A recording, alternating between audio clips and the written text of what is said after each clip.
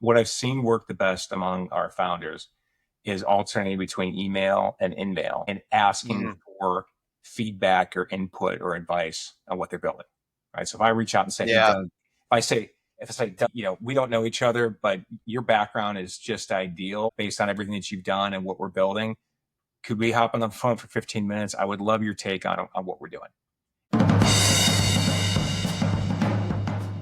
Welcome to the Counterweight podcast.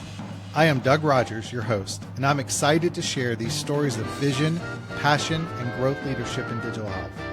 I am focused on speaking to and learning from founders, growth, and operational leaders across the healthcare space about their journeys and lessons learned. We believe that a majority of people join healthcare companies, technology companies, providers, healthcare systems, because they believe in the mission of improving lives of those around them. We will discuss with our guests their why for digital health. We will learn about success and challenges and what they learned from these events for themselves and for their teams. We will also discuss what tips and tricks these leaders use to help keep them positioned for success, as well as how they balance the tension between mission and margin. Join us each week for a new episode with our guests. You can find us on Apple Podcasts, Spotify, YouTube, and LinkedIn under the name The Counterweight. Subscribe, like, follow, and give us feedback as we go along. Now on to our show. Hello and welcome to the Counterweight podcast. My name is Doug Rogers, and I am extremely pleased to welcome Justin Gernot. And I just have to say, Justin, I hope you feel the same thing. I have only known you for, I think, 4 weeks. That's right. I feel like we've known each other for a year.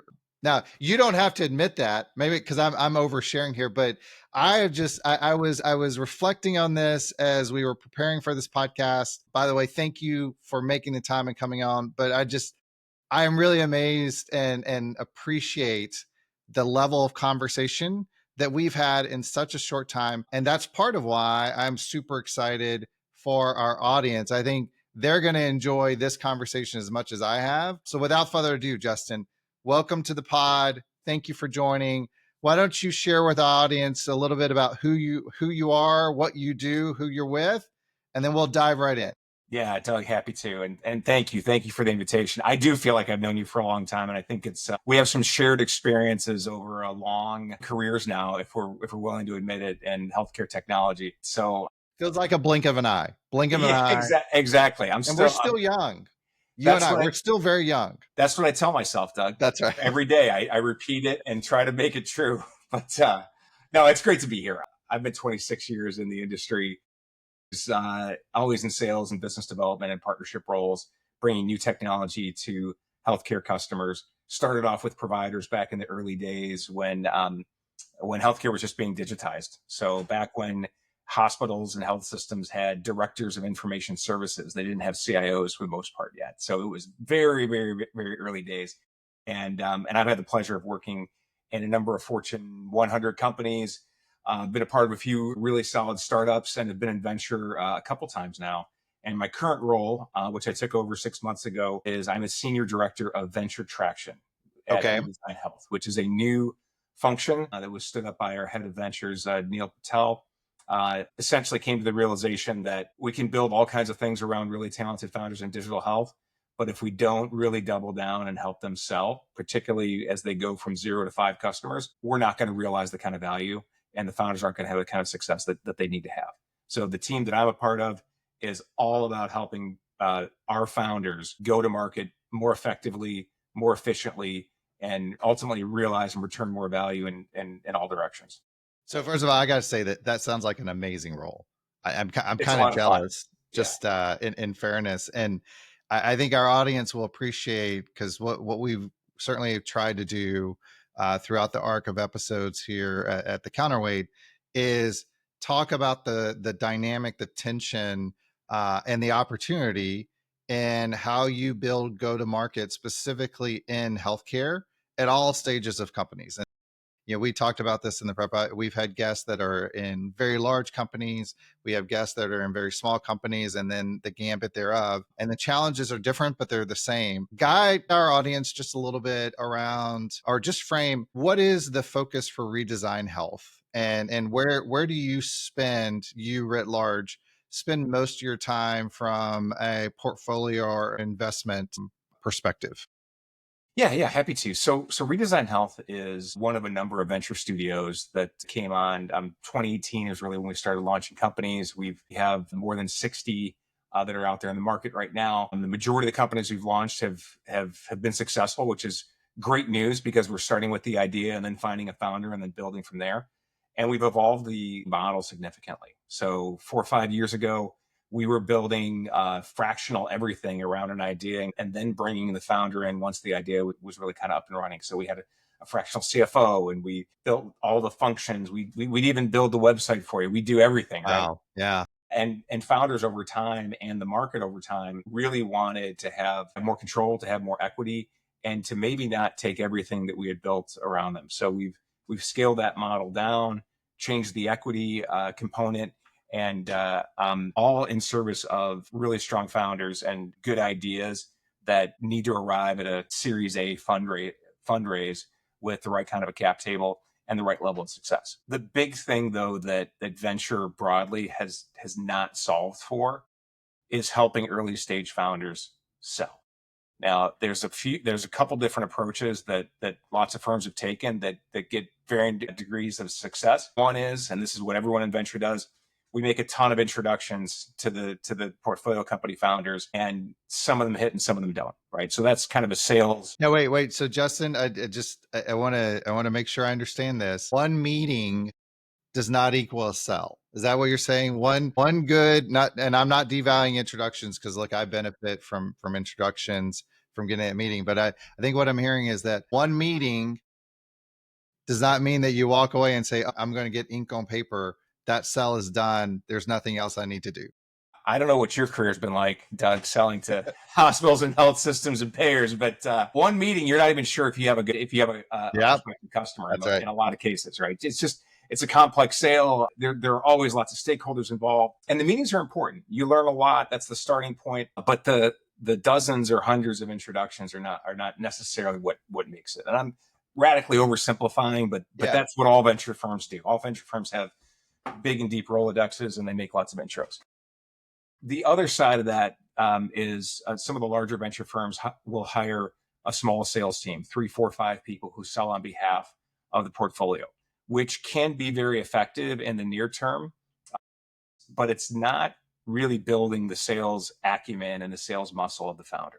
So if the founder gets 4 or 5 customers, gets to a Series A, is ready to hire a chief revenue officer, the founder doesn't really understand the day-to-day sales and what it takes well enough to make a good hire. So these CROs who half of them don't last 18 months, that is a very expensive hire. It's a lot of lost time. In venture, we think about burn rate. How many months of cash do we have left? And what's it going to take to get to the next round? That's a hire will effectively make or break the company. And so if the founder isn't really good and really deep in selling, and that discipline of selling and knowing the customer, knowing the process, knowing what it takes to make it happen, they will often err in hiring a chief revenue officer who has relationships. And a relationship sale is not necessarily what it takes with an early stage company that has to build credibility, that has to build credibility first and then make the sale. If I hired you, years ago, straight out of Cerner into a startup, you might have lots of relationships. You may or may not be the guy who's going to build credibility first and then go through a very different sales motion without Cerner on your business card, right? Yeah, no, absolutely. So first of all, there's a piece there that just really resonates. I have a colleague of mine who is incredibly accomplished, very knowledgeable, especially in healthcare and government sponsored healthcare programs. And he was talking to an early stage company, and they were looking to bring on someone to really build out the go to market, specifically focused on government sponsored side, and went pretty far down the path. A lot of positive conversations, a lot of excitement. And at the end of the day, the firm decided not to move forward. And the reason was, hey, we're actually just looking for somebody who has 5 relationships with these key state Medicaid agencies that can walk us in the door on day one. And of course, I felt bad for my friend, my colleague. But what struck me is, Look, I appreciate that. I would love to be able to walk into any digital health and say, I've got a Rolodex and I can walk you into this meeting. But I think the fallacy, and not to put words in your mouth, is a Rolodex does not equal a decision. And an initial meeting, which is great to get, does not equal a sales process.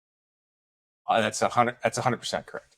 And so building the discipline of sales with the founder is always going to be the chief salesperson. They will be the ones on panels and podiums at conferences. They'll be the ones sitting on podcasts. They will be the ones who are out there in market, who have to be the known and trusted face in Yeah. the market. And early on, they're the first salesperson for the first 3 to 5 deals. It's going to be the founder. So where we've really leaned in and focused differently is building sales acumen in a lightweight but effective way and supporting building a repeatable sales process with the founders. So as you talked about earlier, redesign writ large, and then when you engage with these portfolio companies, my understanding is redesign is predominantly investing in early stage, so pre-seed or seed investment, which really may mean could be pre-revenue, or they may have their first client. As you get engaged then with those founders, with those companies, what's the conversation you have with them around how they should think about go to market? And you don't necessarily have to point to a particular founder, but I'd just be curious, what's your general experience been in terms of how founders bring a mindset or a preconceived notion around what sales is to those conversations initially? Yeah, great. I'll make a few comments on that. First is we are launching brand new companies. So we're making the pre-seed and in some cases the seed investments with founders that have done research, or we've done research and found the founder, but it's always brand new, right? It is starting at zero. May not even have, as we would say, product market fit. We're defining that together for sure. And then there are other companies in our portfolio that have been out for a few years that we're helping in a bit of a more mature motion. I'll stick with the ones that are brand new. They're seeking their first customers. Increasingly, as we've moved from a lot of tech-enabled services companies to pure tech companies, we're hiring more builders. We're hiring people who probably look less like you and I, right? Shorter on the commercial experience and things like that, longer on product or on being true builders. And so they need a little bit of a different set of just experiences and education. And so with a lot of these folks, they've pitched to get funding. But when you pitch to get funding to investors have frameworks that they work through. They have a set of questions they ask every time.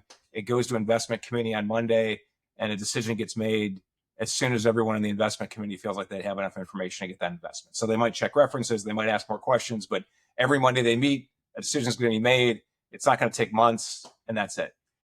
To your point about, one meeting is not a sale in healthcare, it's very, very different. It's not showing up and pitching. It's really seeking to understand and seeking to help that customer and seeking that mutual fit.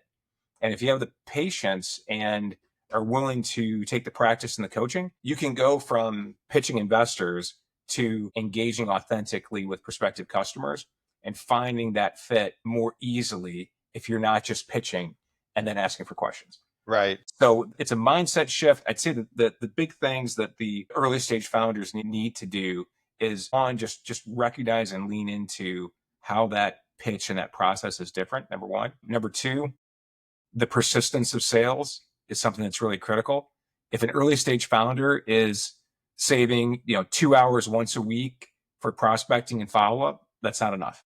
Our most successful early stage founders, they're sending 5 to 10 messages every evening, and they are just completely diligent and maniacal with their follow-up, because the more time that they spend in market, the more outbound that they have, the better off they're going to be, and the faster they're going to learn. They're going to learn if that product market fit is right. They're just going to have more at-bats in a shorter period of time. And if you can 4 or 5x the number of conversations that you have in market, you're going to arrive at that next funding stage not only sooner and with more cash in the bank, so you won't have to take the first deal or the first offer that you get. But the thing that solves raising that next fund is not perfecting that pitch. It's having 2 more customers.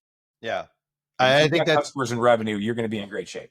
Well, I think it's easy to your point, or it was easier back if in the zip days, if you will, to just believe that the next round of money is always going to be there, and that maybe you can focus on, and I don't want to trivialize, but you can focus on building versus customer acquisition, and then at some point that pivots. But you know, I think part of the lesson that we've learned over the last several years as the markets have reset is there's a lot of value in early on, not just getting paying clients, but getting revenue in the door that allows you to sustain yourself independent of what may be the next funding round. In the conversations you have as these early stage, these founders come to you. And Doug, can I comment on that quickly Yeah, before we yeah, get to your next please. question? So 5 years ago, customers were demanding of digital health companies that they have clinical proof, right? It's not enough to come in with Okay. something that looks and Yeah. feels good, right? But show me not just an ROI, show me clinically how you're changing things. Like, we need to see the proof. We need to see things that have been peer reviewed. It was the first time that digital health companies were really being asked to prove it to customers, Yeah. not just sell more. And sort of similarly now, investors are saying, we want to see profitability. We don't just want to see revenue. We don't want to see that you're building. We want to see that you're converting to revenue quickly, and that you're at or nearing profitability before we'll invest more. So the expectations they heightened with the They, customers kind of they've pre and during COVID, yeah. and now the expectations have been raised by all the investors. And I imagine, so if I'm a founder, I may not know that when I start building, but as they engage with you or as they start doing investor calls, right? There's an education cycle that they're going to start going through. And in the conversations you have, how often is it that you see founders that have I hate to use the term domain expertise, but have a set of skills that they have either used in a prior role or built around selling, and use the word selling writ large. But I would say this to audience. I think the audience respects and understands this. Sales is not a characteristic or charismatic approach to life. Sales is a process, a methodology, and something you practice, learn, and improve over time. I'm just curious, on average, do most of the founders that y'all engage with have some of those skills, or are these things that you're bringing to them and you have to almost teach them on how they put that into practice? Yeah, great question, Doug. So most do not have significant sales backgrounds or significant sales skills. And the ones that do oftentimes came from more established companies where Yeah. the skills can be relevant, but they have to be reframed for a brand new company where you have to earn personal credibility first and connect in a way that builds trust. Yeah. So I don't want to say it's a total rebuild, but it's definitely a reorientation of the skills that they have. And how do they take that? Are they, yeah, I need to know how to sell, or no, selling is easy. I'm going to go tell my story and people are going to resonate with my story. And then they'll call me because they want to buy the product immediately, et cetera. I mean, I know those are pretty extreme examples, but how does that conversation go typically? So each founder and each organization is different. Yeah, that's fair. Yeah. Every founder, though, has passion and conviction around what they're building, around the need for it.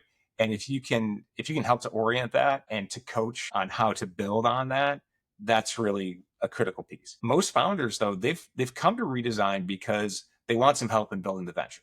They want the help with the research. They want the help with the fundraising. And so if we and increasingly, since we've stood up this function 6 months ago, they're coming because maybe they've done a startup before and they know that go to market is really hard, and they want an organization that's invested in go to market. So the ones who are coming for those reasons, Yeah. they're excited, they're eager, they They're want, already in. yeah, I don't want to call that a self-selection bias. Yeah, yes, they have they're already in. recognized a need and they are selecting, leaning into what redesign provides because they know that's a gap that they need to serve to put them on a path for success. Yeah, absolutely. So Yeah. it's by and large, it's very positive because we're showing Yeah. up with AI tools that we've built that help that help them dramatically increase the quality and the quantity of their prospecting. We're showing up in market and helping to make direct introductions at and outside of conferences. We're helping them refine their presentation, their process, et cetera. We're highlighting really good examples of the founders who are, they've got one customer, but they prospect every single day, and they go about it in a way that's disarming and effective, as opposed to some old spin selling, high pressure, set the expectation too high kind of tactics, right? So, as I look at the portfolio companies that Redesign has, it runs the gambit. I mean, all largely digital health, but you've got some companies that are in the veterinary space, that are in on the more so revenue cycle, on patient care, on health plans, et cetera. Right? It's a range of different focus areas. And so as you and your team set with these founders, many of them have probably different markets that they are selling into for their products. Justin, I'd just be curious, is there a common set of advice, or, hey, these are the 2 to 3 things that you should be doing first to really put yourself in a position on the go to market or the sell side? And I feel like one of those is going to be prospecting, because you certainly have emphasized that, rightly so. But what's kind of your typical start? Here are the 3 things you should start with, if you will. Yeah. So we always start with spending time just understanding what their current process is. Yeah. We want to see a pitch. We want to understand what the conversion rates are at each step in the sales process. We want to understand if they even have a good handle on that. Do they have a good process? Most of these brand new companies are, they're not even using a CRM yet. They're using a spreadsheet, and we want to get in and understand what that looks like. By and large, there is number one, a reframing of the pitch. The pitch is no longer a pitch to investors who are going to pepper you with questions. The pitch is now a thoughtful conversation that is where there's give and take, and where the objective and the points that are going to be covered can move, right? So getting comfortable being in a situation that probably looks and feels more like the research that they've done with us and co-ideating the company, and less like pitching investors. So that's number one. Number two is just having a sales process and having some level of conviction around what your ideal customer profile looks like and how you're going to continue to test to make sure that that is the ideal customer. You can't just say, I want to sell to payers, right? Well, Right. Okay, which department, which function, why? You have to get very deep into exactly what those people look like, and then we will help identify and help gain access to those folks. And then the third thing, I hate to say it, it's just discipline to the process. Yeah. It's setting aside that X number of minutes or hours every single day that you spend in your process driving that, and staying really comfortable with being uncomfortable and knowing that most of the time you're failing, right? It's kind of like being a major league hitter, where if you fail 7 out of 10 times, you're in the Hall of Fame. I would say that entrepreneurs are the same way, right? If you have a 30% conversion rate, and by the way, industry average is like 2 or 3%. If you can double that to 5 to 10%, you're going to be very, very successful. We had a prior guest, a lady by the name of Michael Blumenthal, who's the chief strategy officer for digital health company Iro, and she told the story. Well, first, earlier in her career, she was a gap year before she was going into the army, and she went and worked at a department store in London, and she was selling basically commission-based hair curlers. And she would stand at the counter, and as these women would walk by, she was essentially shouting at them, "Hey, can I show you how to curl your hair? Would you like to try this?" And her point was, probably 9 out of 10 women just walked on by or kind of gave me a mean look, but that 10th person that stopped, and then I would sit there and I'd show them how to use it, and then they would buy it. That was the best feeling in the world. And then I took that. And then as I was building these early stage startups, I had to keep telling myself, probably 9 people are not going to listen to my pitch, whether I'm sending an email, making a phone call, or doing a LinkedIn message. But I know what that 10th feeling feels like. And I want to get to that 10th feeling. And I've got to do the 9 to get to 10. Then I got to do the next 9 to get to 10, et cetera, et cetera, et cetera. But that's hard advice to take, right? I mean, you can hear that, then you have to put it into practice. Yeah, it isn't. I think the founders who are going through that early journey, they're looking for support, right? They're looking for that 10th Yeah. person who's gonna take the meeting. And we oftentimes come in as, we're unpaid consultants, right? We're investors, right? We're certainly Mhm. aligned, right? We want them to be successful. We succeed when they succeed. Yeah. But if we can just show up and say, hey, you're doing all the right things, keep doing it, you're gonna have a Yeah. breakthrough. And then when that Slack message comes in at 10 p.m. that says, hey, Hey, we got the second meeting, or we heard from that prospect that we never thought we'd hear from, those little celebrations along the way really, really develop that momentum. is there a outreach method that you have found to be more successful than not? And I'll just name a couple, right? Yeah, we all get a ton of email. LinkedIn is the new favorite place, I think, to solicit or post or what have you. But we can't forget about cold calls or phone calls, et cetera. Is there anyone that really stands out to you as you work with these early stages to that maybe is slightly more impactful than the other? Not that you would want to devalue one over the other per se in an outbound perspective. Yeah. What I've seen work the best among our founders is alternating between email and in-mail and asking Mm, for feedback or input or advice on what they're building. Right. So if I reach out and say, hey, yeah, Doug, if I say, Doug, we don't know each other, but your background is just ideal based on everything that you've done and what we're building. Could we hop on the phone for 15 minutes? I would love your take on what we're doing. And if that turns into you yeah, being interested as a prospect, if that turns into you giving us insight we didn't have before, if that turns into you saying, "Hey, this isn't for me, but my buddy Justin at this other company would be really interested," it's nothing but upside.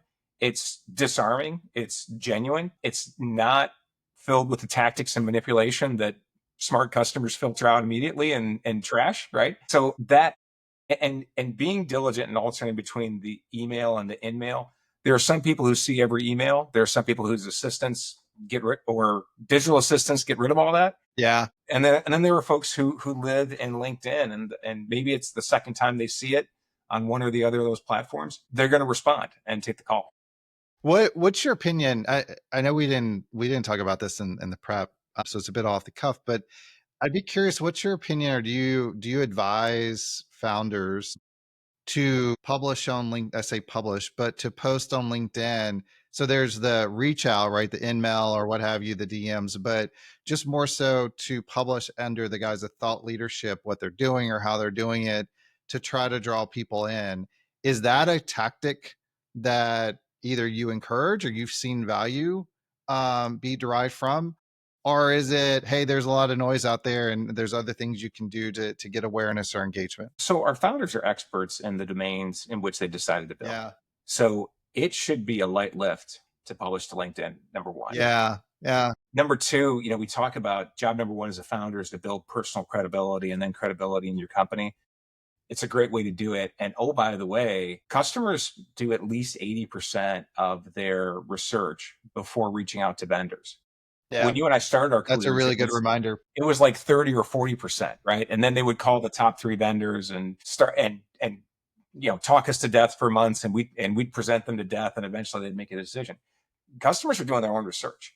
And if they find you out there publishing things that help inform their perspective, that are smart, that resonate with them, that they really like, right? If they start to know, like, and trust you before they've even met you, then they're more likely to do business with you, or more likely to take your call, or more likely to reach out to you and say, hey, Doug, I've been thinking about solving this problem for a long time.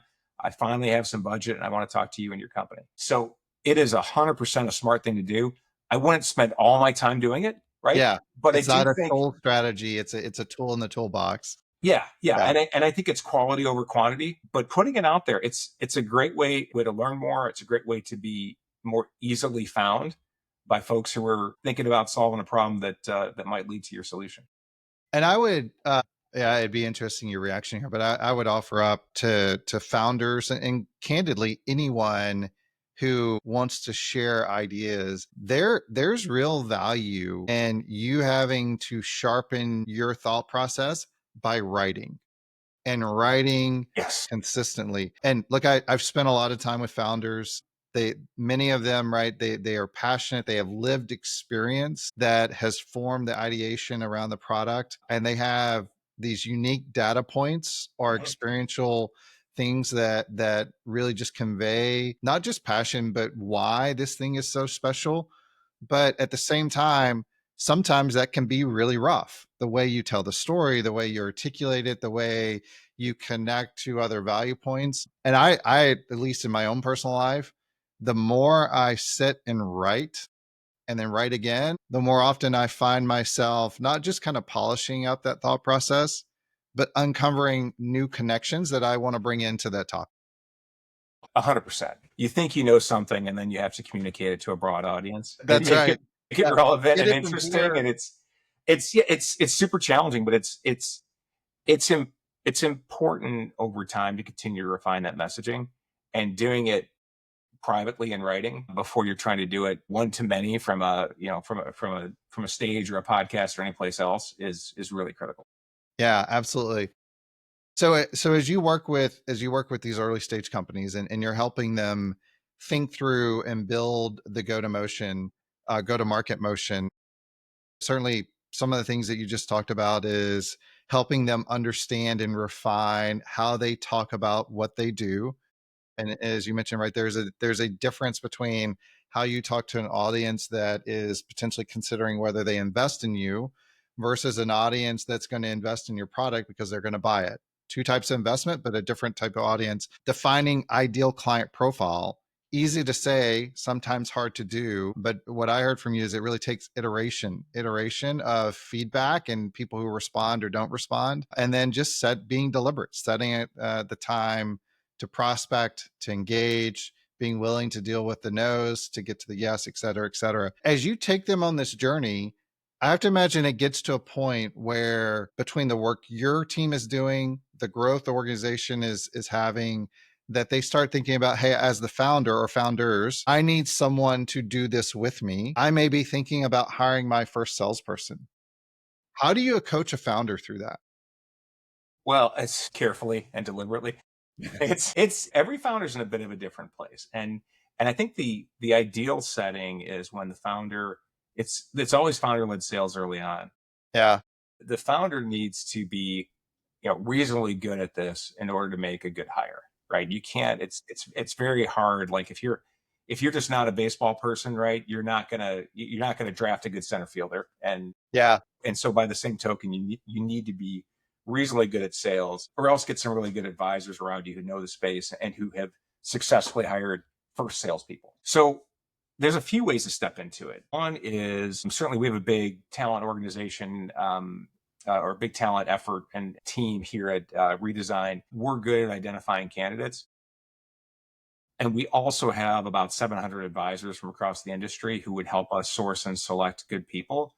But ultimately, it's about trying to hire someone who has the right level of domain expertise, who's proven that they can not just sell a product, but also, or a solution, but can also earn credibility for the company. Because in your first few stages of funding, you're still doing that, right? You're still proving yourself. You're still proving that you can go from 0 to 5 to 10 to 20.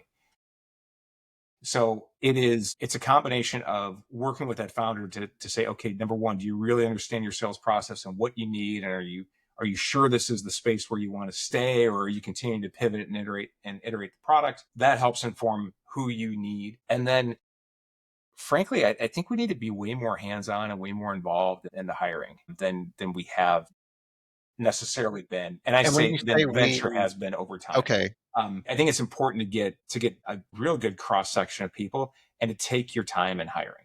Right. I know there's always urgency to get that sales hire on board, but if you meet somebody today and think they're going to come on board 30 days from now and it's going to be a good fit, it's not going to be a good fit in either direction.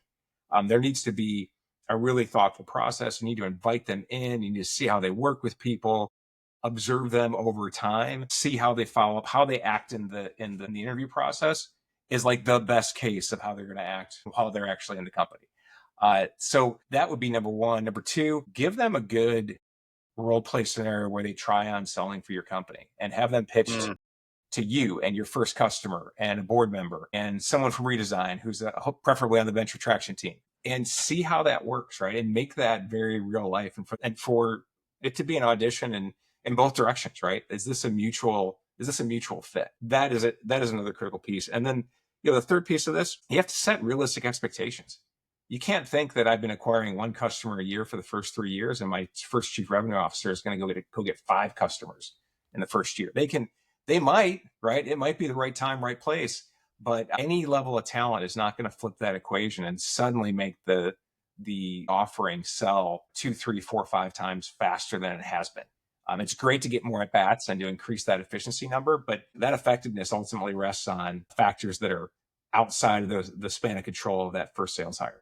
So Justin, when we started the Counterweight, part of the impetus behind the name was candidly one of my co-hosts. He and I both have been chief revenue officers in different types of companies, and we've had good times, we've had challenging times, but one of the things that we certainly tried to navigate, and sometimes did really well, sometimes didn't do as well as we would have liked, is being a counterweight around what is the expectations, the growth expectations. Meaning, it is one thing to say, we think we can do this because there's all this opportunity out there, all this need, but having someone, and this was more so looking inward, having the fortitude to say this back to your counterparts in leadership, mechanically, these are things you have to think through.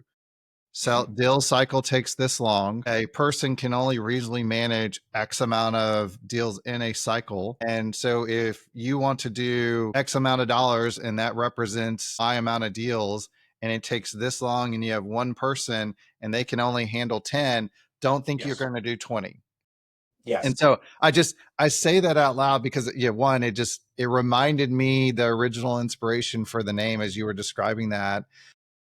And I don't necessarily believe that, that my experience with founders that they are pie in the sky and just think the world's going to come at their feet. But I almost wonder that's probably a conversation you have to walk through with them, because I imagine if I were a founder and I go hire a salesperson, I feel like there's a little bit of weight going off my shoulder, and this person's just going to magically make all these opportunities materialize because they're the salesperson. They're going to go do the sales. And there's some of that, but it's more so a balancing, a setting in reality. What is reality in terms of how you can build this pipeline, execute the pipeline, et cetera, et cetera? Yeah, that's 100% right. And that speaks to why I think it's important to get everyone in and around the company involved in that first hire. Yeah. And why it's important for the founder to have a really good sales process, because everything we're doing in venture is setting and meeting expectations. And so sales is ultimately delivering revenue. So what does it take to deliver revenue? How many opportunities convert at which stages, at which times? And what does that mean in terms of that implementation and conversion to revenue, moving from unpaid pilot to revenue, all of that. And that thoughtful, broad-based team approach to bringing on the first salesperson should be informing in both directions. And it should not be a surprise when that chief revenue officer candidate says, well, that's a 12 to 18-month sales cycle, and goes through the math that you just went through. That can't be a surprise, because the founder needs to be grounded enough in the go-to-market and understanding not just how the customer uses the product, but how the customer buys the product. Well, and conversely, I would say out to our audience, and I certainly want to talk a little bit around this flip side, which is how should people in our audience who want to go work as a salesperson in these early stage companies, how should they approach and what should they expect in that dynamic? But I would say to our audience, if you're going to come into one of these companies, and this, whether big or small, but especially in these early stage companies, in my mind, nothing builds credibility more than being able to articulate the math. So if you're going to be a partner with the founder and go build a pipeline, the founder is an expert in building whatever this idea is. They need to look to you as an expert around the process. So how do you define what a sales cycle is? What is typically the length of time? How do you think about average deal size? What would you expect in terms of how it would move from one stage to the next? And what are those stages that you should think about? And then if it's one person, how many deals reasonably can one person move forward? And actually, I say one person, but it's both the salesperson and how many deals can the organization actually consume? Because sometimes we forget about, you got a contract. So the there's a lawyer on both sides that needs to be involved. Someone needs to produce the contract. There's going to be a scoping. There's going to be some type, right? So there's other things beyond just the salesperson that the organization has to have to support a certain volume of deals. And once again, for our audience, if you can't articulate that, don't expect the founder to believe that they're going to trust you to give advice or counsel if you're not already bringing that to the table. I could not agree more. You have to be able to articulate that. You have to be able to articulate how to define and refine that over time. So it's and that's why it's important for founders to have been through a thoughtful sales process and not just developed a dominant piece of technology that more or less sold itself, right? Which is an oversimplification. Nothing sells itself, particularly in healthcare. It's important for founders to be deep in and understanding that sales process, so that it's not a surprise when their first sales hire says, "Here's what the podcast actually needs to be." As I sit here and listen, and we talk through some of this, I'm gonna offer a slightly spicy take. Okay. I almost wonder, if I were a founder, if I were smart enough to have great ideas and go build a company, I almost wonder if maybe my first investment is a rev ops person before I get a salesperson. And here's the reason why I say this, a little bit of spicy take, if you will. If I'm building, a lot of value, the founder-led sells, and if I'm trying to think through that process, maybe the first person I want with me, which is really, Justin, what I think you and your team, among other things, provides as a wraparound, but that is someone that's helping me capture the mechanics of that, analyze it and understand it. And so then as I do bring in a salesperson, they're selling, not analyzing and building out the revenue operation framework per se, other than they may be influencing or enhancing, et cetera. You don't necessarily have to weigh in and say, yeah, every founder should have a rev ops person, but it occurred to me, I don't know. I may lean to, hey, let's put rev ops and then put sales on top of it. So what you're getting to is specialization and non-clinicians operating near the top of their license. And early stage companies always need people who play multiple roles. So an ops person who also plays that rev ops role could be a fantastic support to the founder when the founder is still leading all the sales. 100% agree that can be a great support. Where that person should really shine, though, is leveraging AI and other tools to their greatest potential. So the way we've built a full stack around what used to be considered the SDR function, is something that is faster, cheaper, more comprehensive, more flexible than anything we've seen before. It doesn't replace the people who need to get on the phone and engage with the customers, but can give a much better targeted list that more closely matches the ICP than what we've been able to do previously. And that's a great place for a RevOps person to lean in. We're doing that for a lot of our founders. I would, hope and expect that by the end of this year, every one of them is using AI in their prospecting and in their sales process in ways that they probably didn't imagine at this time last year, or even earlier this year. So, Jai, I want to pull that thread for a moment.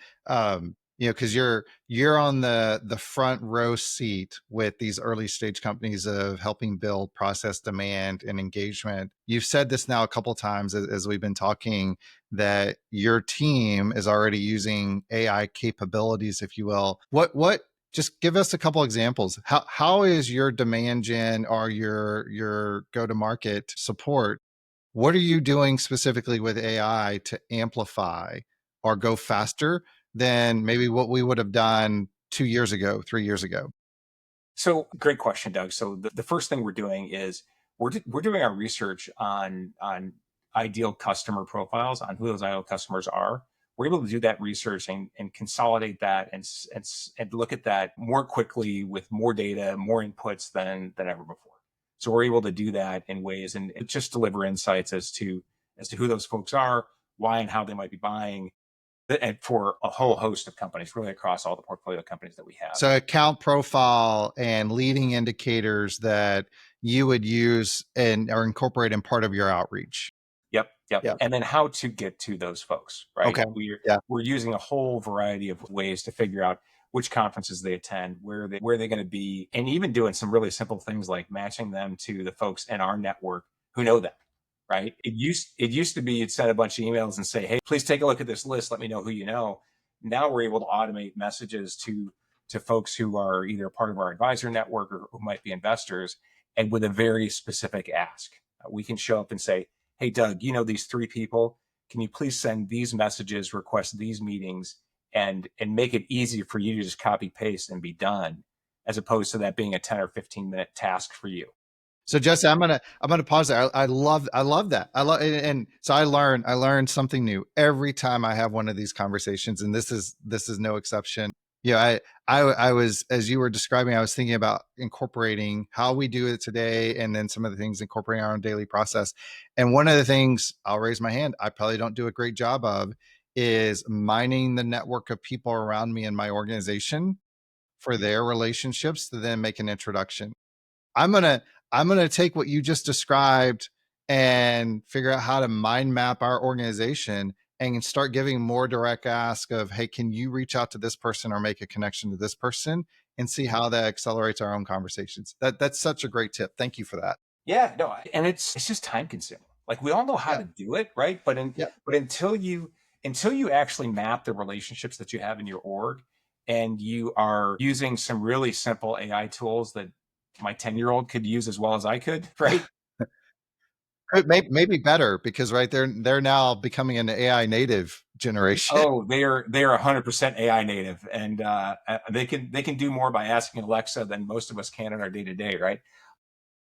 But using those kinds of tools and just getting ahead of the key events, the key opportunities to meet with prospective customers and others, um, just as a way to gain access to build those relationships that ultimately then you'll use moving forward in a whole variety of ways. That's a key unlock, and that's something that you have to do on top of just paying to attend the conference or getting on the plane to go meet folks. Yeah, no, that's super great advice. I want to turn back for a moment. So you and your team, you spend a lot of time with founders. You're providing guidance and support for how they build and think about and start really executing the go-to-market function. And we talked for a moment around how a founder thinks about or begins the journey of first hiring their salesperson when that's the right time. What advice would you give out to our audience, who many of them are either individual sales contributors or they're sales leaders, and they may be thinking about, hey, I want to jump on the bandwagon of an early stage company. What would you tell them to be thoughtful about and to be ready to experience if they were to go down that path?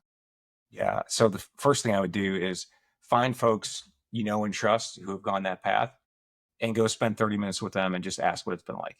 Right. Just go learn from people who have a similar background to you, maybe Yeah. your former colleagues, and just find out what that's been like, because it is not for the faint of heart. Sales is tough enough, but selling for a brand new company or any early stage company is especially challenging. That's number one.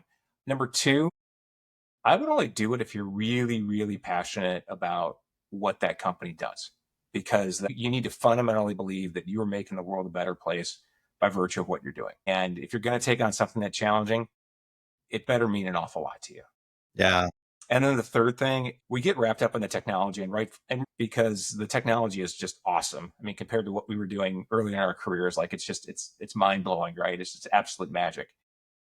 This still comes down to the people. And so assess the people fit, right? Do you trust them? How do you know that you trust them? And I would be very cautious and thoughtful with regard to who I join, because people matter in every company. Yeah. But I might roll the dice on a big blue chip with a Fortune 5 company with a big name, and be less worried about the people, because the people move around so frequently, and that big company is likely to attract lots of good people. So by and large, I think I'm probably going to have a pretty good experience. You join a company with 10 people, you need to have really high quality people and people that you want to work with. So that Yeah. would be the third thing that I would just be really thoughtful to and assess very carefully. And I think that is fantastic advice for our audience. I would also add, For those of you who are in bigger companies, this may seem like a very obvious thing to say, but it bears repeating. As you move from big company to small company, you've heard Justin talk quite a bit around the different things that everybody has to do. You just have to acknowledge that you're going to be doing 5 jobs, even though you were hired to do 1 job. And really, that 5 may actually be 10.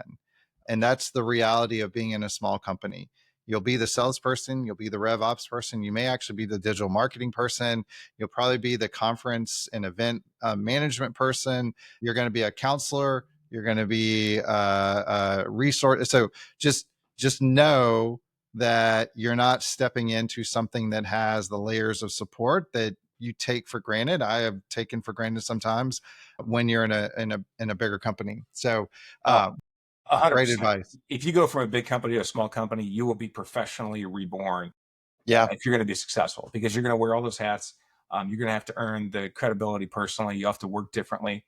The Mm-hmm. good news is there are lots of great tools out there to help you be more effective. And if you really lean into all the ways that you can be more effective as a single contributor, as an individual contributor, then that can be certainly very helpful.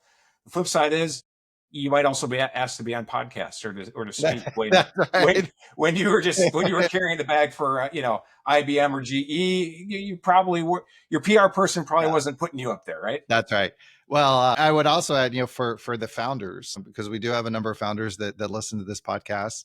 Obviously, you spend quite a bit of time with portfolio companies. I would encourage you not just to simply see a person who is at a big company as someone who may not be a fit. I'll do a shout out to my days at Cerner Corporation. When I joined, we were just at 1,000 employees. When I left, we were at 35,000 employees. When I joined, we were just at $1 billion. When I left, we had eclipsed $5 billion in revenue. But I would tell you, the departments I was in felt like small startups. And that was the nature of the organization, very entrepreneurial, hard for resources intentionally to then see what would happen. And so when I transitioned from there to smaller companies, it actually felt very natural. So you can't just automatically say someone at a big company is not going to be a fit here. Take the time to inspect and understand, but it does need to be eyes wide open on both sides of the equation. Justin, I would be remiss if I didn't ask your perspective just broadly on the market. And we had, I think, the first digital health IPO in the last, I don't know, 3 years. So Hinge Health IPO'd. I'm not going to say what the price is. Anybody can go out and look at where they're trading today, et cetera. But a lot of excitement. And there are several others that have filed their S1 that are potentially coming after that. I just would be curious, and the chair you sit in, what does that mean for early stage founders in these early stage companies? So it's a positive signal for early stage founders for sure. We've not had a significant IPO recently. We didn't really know where the market was going to be. I'm sharing all these comments as not a professional investor. I've been a part of a few venture firms. I've been in the industry for a long time, but this is by no means investment advice. But I can share what it generally means for founders and what it should mean for customers as well. So for founders, when we start seeing some successful IPOs after really a frothy market with overvaluations a Yeah. few years ago, if we're resetting the market in a positive place where going to IPO means raising funds and heading up instead of down, that's great news. We certainly have a very turbulent market broadly. It's become more turbulent this year. We'll see where it all settles out. But it's great to see an IPO go up 18, 19%. It's first day on the market. That's just fantastic. Kudos to them. That's Yeah, right. That's absolutely. phenomenal. And Yeah. a long run to get there. I would say for the founders who are out there, and particularly for the founders we have here at Redesign Health, we are moving from, at least at Redesign, we're moving away from tech-enabled services, which have some inherent limits as to how many folks you can hire to do the services, to AI-innate companies. And we are rapidly moving to a time and a place where AI can deliver SaaS-like margins and a SaaS-like valuation and experience. And so I won't get into all the nuts and bolts of it, but AI is being adopted more rapidly than anyone expected. It's the expectation is that you are using AI to not just automate or make easy some of the things and the processes that have been around forever, but to fundamentally transform how your customers are doing business. And so the organizations that are leaning in and really making AI core to how they build and go to market are the ones that are going to realize all kinds of leverage and be much more successful. So the jury's always out on the market and on every company that's coming up through the fundraising ranks. But preliminarily, this looks really positive. Fundamentally, we all know that there's still so much transformation and so much value to be realized in our industry that regardless of the technology that's being applied, although AI is certainly a big part of virtually everything that we do and will do moving forward, we know that there's still so much value. And so what the market ultimately says it's worth is TBD. We know that every one of our customers has dozens and hundreds of problems that we need to go help them solve and ways that we can help them change their business. Yeah, I definitely concur kind of with the observation, the mindset that you just articulated. I also would say it's exciting to see this reemergence, if you will, of market activity. And that's one particular IPO. There may be others, et cetera. But just as someone who has been in the healthcare space and seen innovation in fits and starts over really the last 2 decades, there has been nothing like the last 2 years, in my experience, both in terms of the capabilities that on the founder side that you can build and you can make available and the speed at which you can do that. And then Justin, just the receptivity and the willingness to lean in on the health system side or on the health plan side or in the medical device side.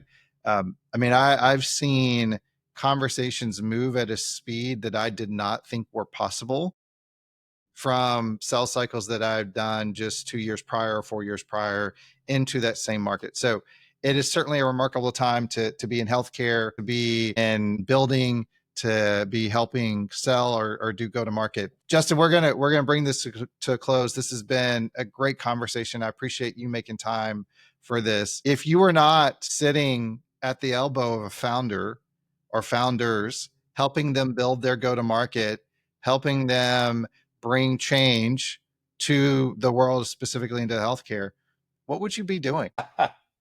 It's a great question. I give you credit for one that I was not expecting. So I've been bringing new technologies to healthcare for so long. I can't imagine what else I would be doing. The thing I like most about my job is really coaching and helping people deliver change at scale across the industry. It's great to look back and to drive past the hospital and think of the patients I helped, 10, 20 years ago who are still continuing to be helped by the program that I helped start. So something like that.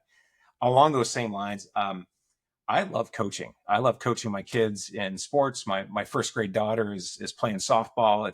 It's the first year of coach pitch, so there's a lot of pressure on me up there on the mound. Woo! I love coaching Or the heater. Yeah, exactly. Yeah. You just can't hit any of the kids with a softball. That's right. You will be remembered for the wrong reasons. That's right. I love coaching. I love coaching football. And then I've got I've got a son who got into lacrosse, which is not a sport that I know, and I'm getting to learn that. And that's something that I'm supportive, right? I'm not in a position to be a coach right now, but I just love helping people get from where they are to where they want to be. And I wouldn't say that I'm somebody who follows every sport super closely, but there are a few that are close to my heart, and it's fun to take on that role with my kids and their friends. Well, it sounds like an awesome experience, and I can see the sunlight coming through the window. So I imagine you're going to get the chance probably later today, maybe as we go into the weekend, to do a little bit of coaching, to do a little bit of fan watching for a sporting event. So that is fantastic. Justin, this has been a wonderful conversation. Thank you for making the time. And I would say out to our audience, there's some really good advice, whether you're building, whether you're thinking about joining an early stage company as a go-to-market person. This is a masterclass in how you think about marrying those two things together and then put yourself up in success. So Justin, appreciate the time. Thank you for joining. Have a wonderful day. Hey, you as well. Thanks, Doug. Really appreciate it.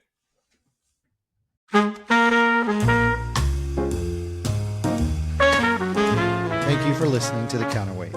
We are excited to bring new episodes out each week. We are incredibly grateful to our guests and our listeners. Let us know what you think by commenting on the episodes. As always, you can find us on Apple Podcasts, Spotify, YouTube, and LinkedIn. Subscribe, like, and follow. And we look forward to joining you again next week for another episode of The Counterweight.